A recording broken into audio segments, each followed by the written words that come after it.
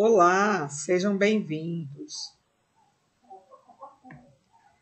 Essa é mais uma aula de artes do módulo 5 e é a nossa sexta aula. Essa aula ela é voltada para o 9º ano do ensino fundamental e eu sou a professora Ercília.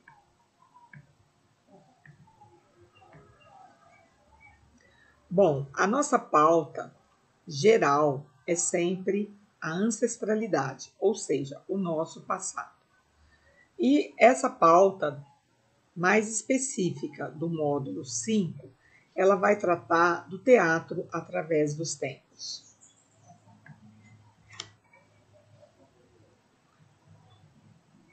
O teatro está entre outras formas de arte, como a arte da representação. E ela pode estar entre filmes, novelas e teatros.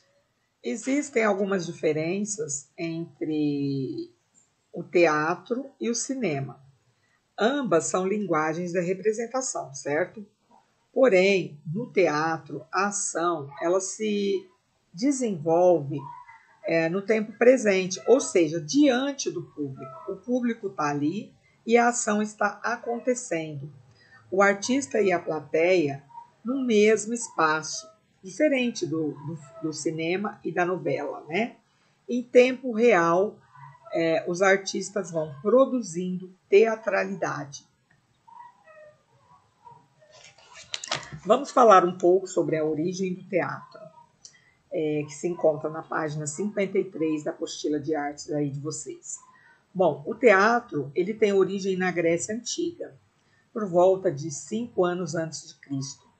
Realizava-se simultaneamente alguns rituais festivos, com muita dança, muita comida e música, que era uma festa, digamos assim, para homenagear alguns deuses, entre eles o Dionísio, que é o deus do vinho e da fertilidade.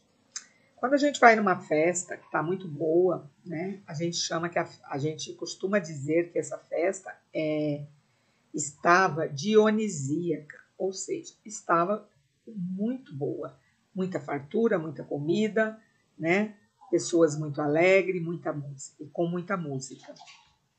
Nessas cerimônias dionisíacas, havia sempre um coro que acompanhava os ritos, cujo os integrantes se vestiam de sátiros.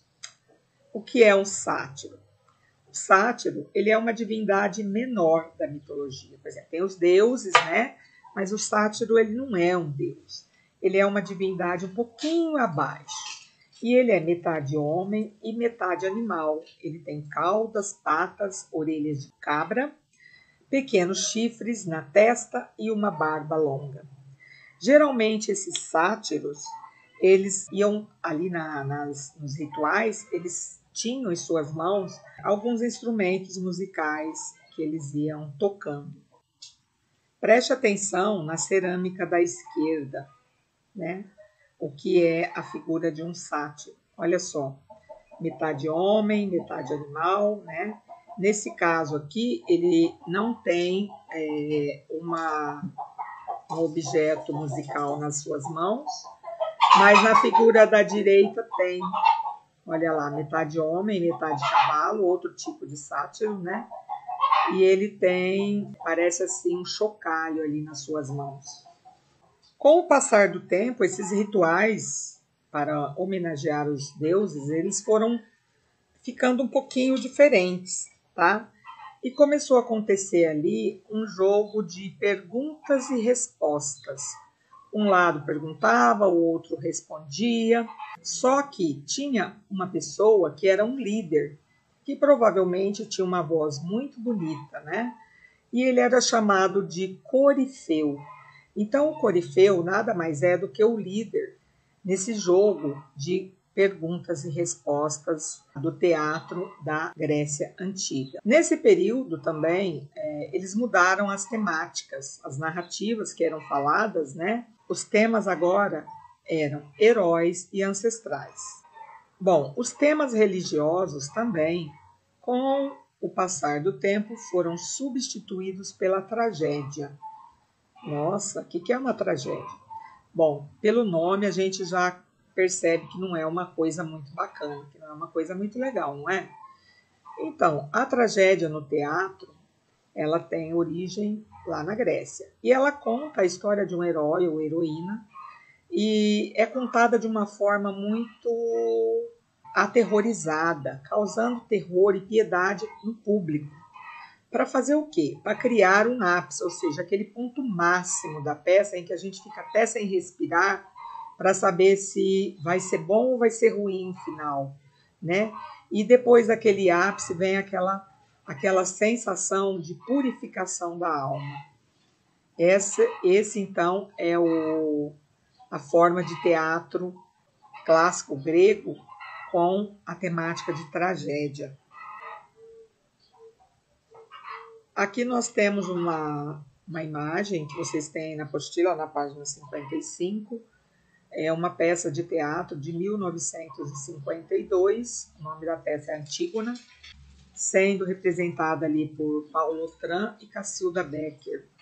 Aqui vocês podem atentar para as figuras das máscaras. Os personagens ali, os figurantes, eles têm roupas lá dos rituais da Grécia Antiga, né?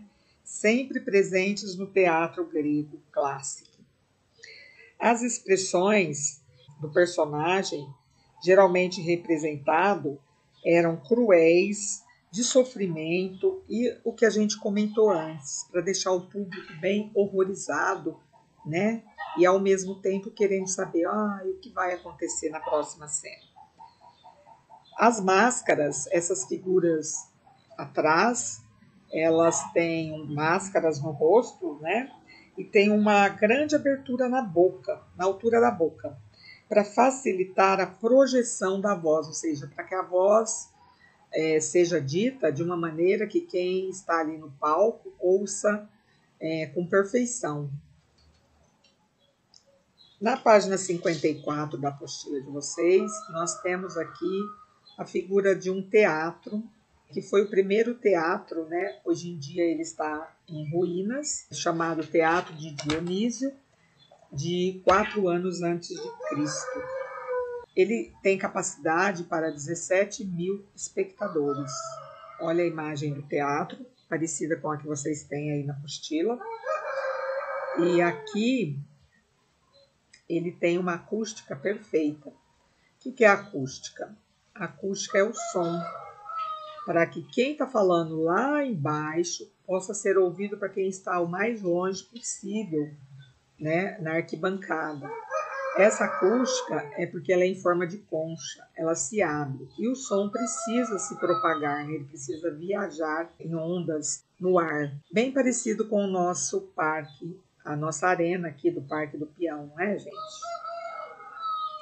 Outra característica aqui, para que o som possa sair perfeito para o espectador, é que ele é em cima de uma montanha, né? Ele é num lugar bem alto, dá para perceber aí.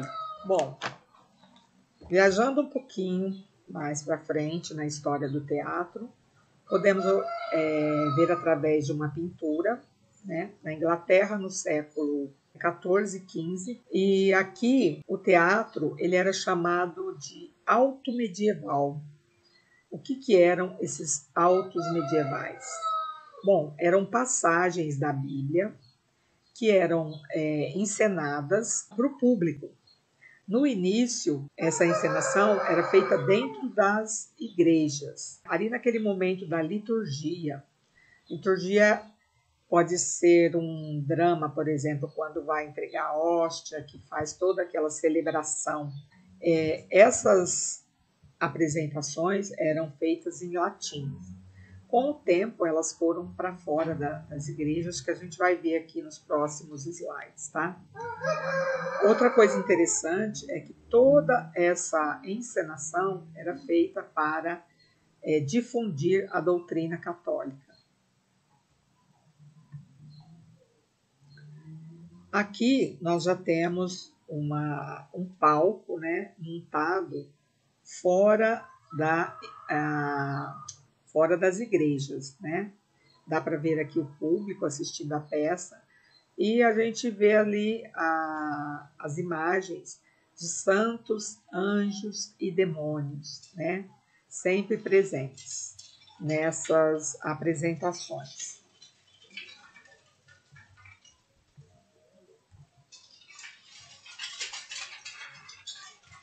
Nós vamos ter aqui na próxima imagem, que já eu vou mostrar para vocês, em forma de pintura, né, a representação de um teatro. E ele contava com o que era chamado de mansões. Mas o que são essas mansões? Bom, eram pequenos palcos montados ao ar livre para a teatralização com muitos efeitos, tá? A gente viu ali na imagem anterior. E esses teatros, esses palcos, eles podiam ser fixos ou móveis, né?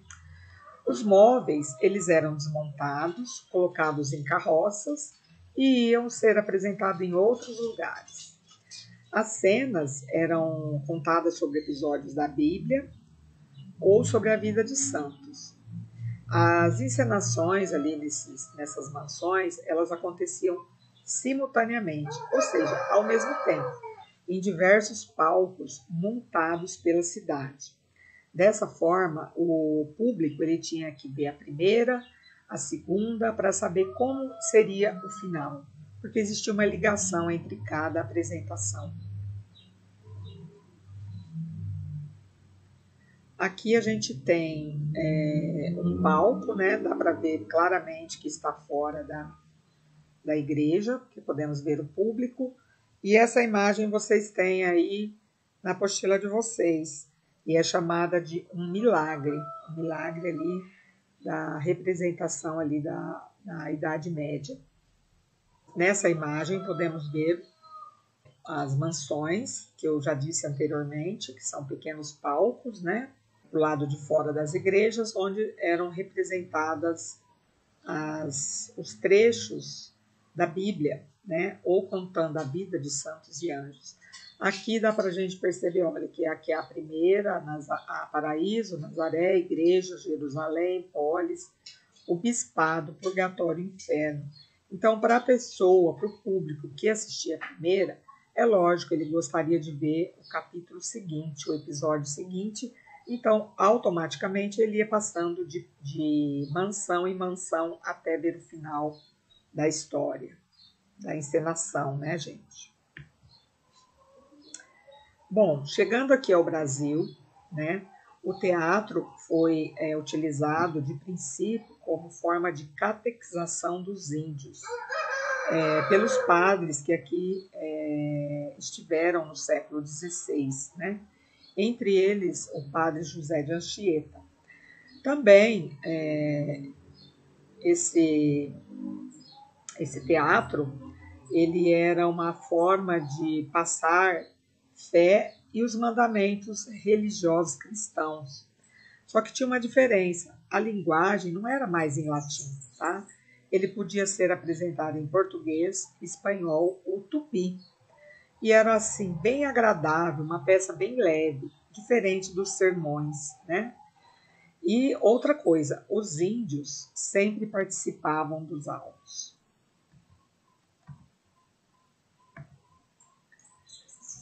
Aqui nós temos uma pintura, né, do Benedito Calixto, de 1927. E essa pintura ela se encontra no Museu Paulista. Tá?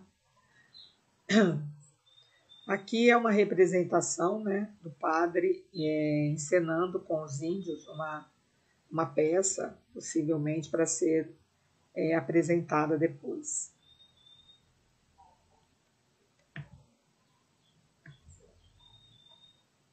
Temos aqui uma imagem, uma pintura também do Benedito Calixto, que eu acho muito bonita, né?